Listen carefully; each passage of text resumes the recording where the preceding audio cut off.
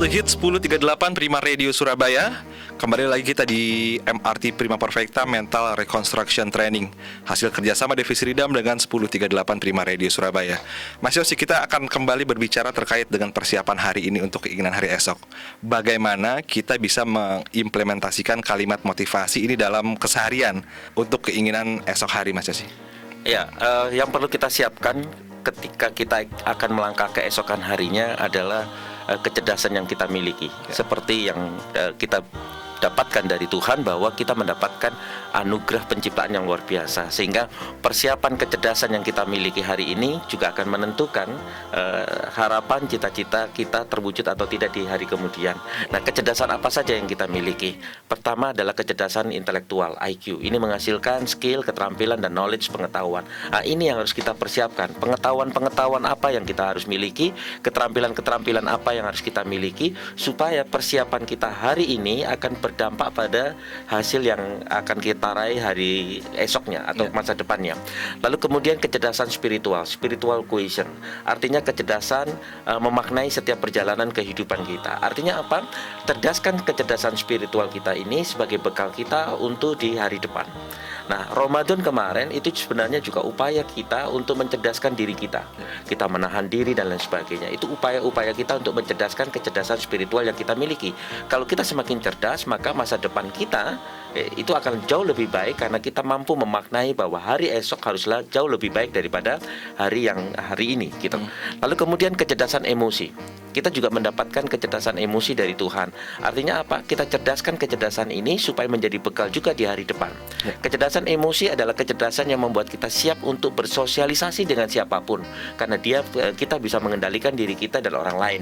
Artinya apa? Kecerdasan emosi adalah orang-orang yang mampu mengendalikan dirinya dan orang lain. Nah, ini yang membuat kehidupan sosial kita akan jauh lebih baik.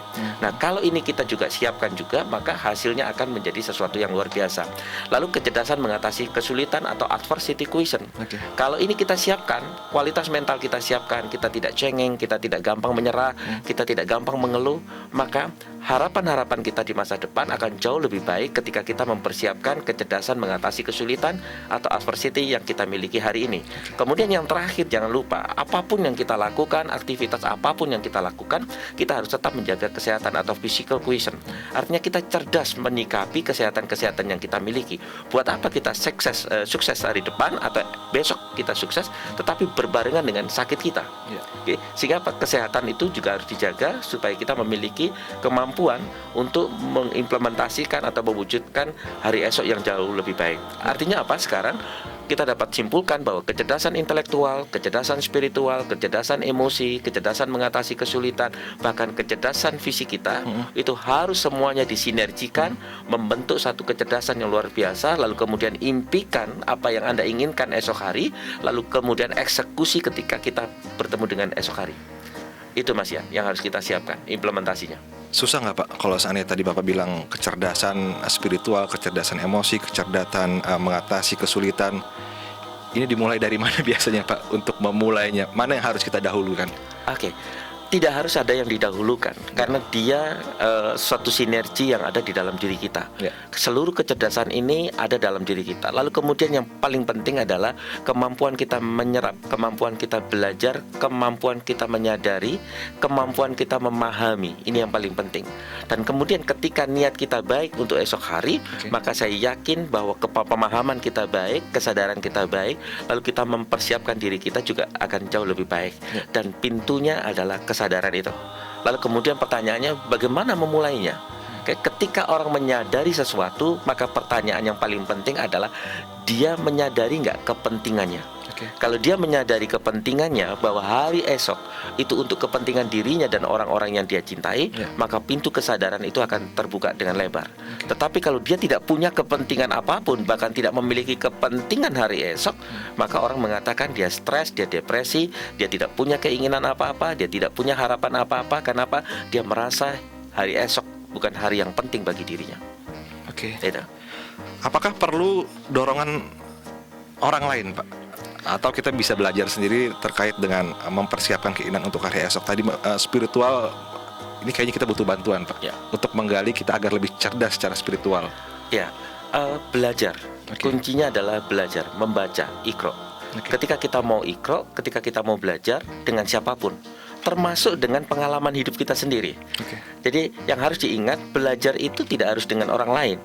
Kita belajar dan mengevaluasi hari-hari kita kemarin, mengevaluasi bulan-bulan kita kemarin, mengevaluasi tahun-tahun kita kemarin, lalu tingkat keberhasilan kita sampai di mana, lalu kegagalan kita di mana, lalu kita evaluasi itu, maka itu yang disebut dengan belajar dari dalam, belajar dengan sendirinya. Oke, nah, syukur alhamdulillah kalau kemudian kita ceritakan persoalan kita kepada orang lain, kekurangan kita kepada orang lain, dan orang lain mau membantu, mau memberikan nasihat, mau memberikan support, oke, maka itu menjadi sesuatu yang lebih baik lagi. Tetapi perhatikan bahwa tidak semua sugesti itu memberi dorongan positif. Ada juga sugesti yang membuat kita lemah, membuat kita hancur. Sehingga kita harus bisa memilih dan memilah mana yang patut kita ambil sebagai sugesti yang terbaik, sebagai proses pembelajaran kita yang terbaik, dan mana yang kira-kira bisa menghancurkan diri kita. Misalnya, kalau kita punya niat dan kemudian kita sampaikan kepada teman, besok saya akan lakukan ini, lakukan itu, lakukan itu. Lalu teman, sahabat yang kita miliki mengatakan, ngapain? Toh kita sudah punya pengalaman itu gagal. Jangan diulang, sudahlah, gini aja, nggak perlu kemana-mana, nggak usah mikir macam-macam, mengalir saja kita. Nah, kalau itu Anda tangkap sugesti itu, maka Anda tidak melakukan apa-apa. Tetapi kalau Anda mengatakan, oke, thank you, saya diingatkan, itu warning bagi saya, tapi saya akan jalankan ini karena ini kepentingan saya, maka pintu kesadaran itu akan terbuka lebar-lebar. Luar biasa. Yang saya garis bawahi adalah tidak semua sugesti itu baik. Kita harus bisa memilah dan memilih, begitu Mas Yosi, ya? Terkait mana yang bisa kita gali dan mana yang bisa mengolah dan juga mengikis. Kalau pisau itu diasah ya Pak, agar kecerdasan baik spiritual, kecerdasan, keterampilan emosi, mengatasi kesulitan, semuanya bisa teratasi atau bisa sedikit demi sedikit terasah ya, agar lebih tajam. Dan perlu ilmu untuk memisahkan atau memilih dan memilah sugesti mana yang punya dampak positif pada dirinya atau tidak. Jadi harus ada ilmunya. Seperti Mas Ian mengatakan mengasah. Apakah mengasah yang dilakukan oleh Mas Ian tidak ada ilmunya? Harus ada ilmunya. Kalau yang diasah itu justru pegangan pisaunya, kita nggak dapat apa-apa. Wong pegangan pisau itu dari kayu, harus ada ilmunya. Artinya ya pisau yang atau besinya itu yang diasah. Lalu bagian mana yang mau diasah? Yang tebal itu atau yang sudah biasa kita gunakan? Pasti yang biasa kita gunakan, lalu kemudian kita asah. Lalu ngasahnya kemana? Ke kiri, ke kanan, atau ke atas, ke belakang? Ke depan atau ke belakang? Artinya itu semua ada ilmunya. Artinya ketika kita belajar buku, sebenarnya kita harus punya ilmu untuk membaca dan belajar tentang teknik itu. Jadi Mas Ian, ternyata ilmu berkaitan dengan ilmu yang lain, dan itu seterusnya. Maka jangan berhenti pada satu ilmu yang kita miliki, tapi berpikirlah secara holistik. Coba kita sekarang bisa lihat betapa ributnya orang ketika terjadi kemacetan, bahkan ada yang meninggal dunia di Brexit itu ya.